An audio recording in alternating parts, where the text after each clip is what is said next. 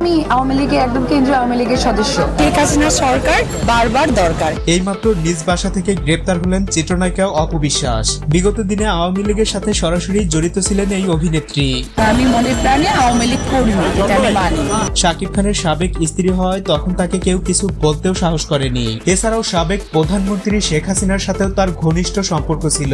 আওয়ামী লীগ ক্ষমতায় থাকাকালীন তিনি নিজেকে বেশ কয়েকবার দলের কর্মী হিসেবে দাবি করেছেন।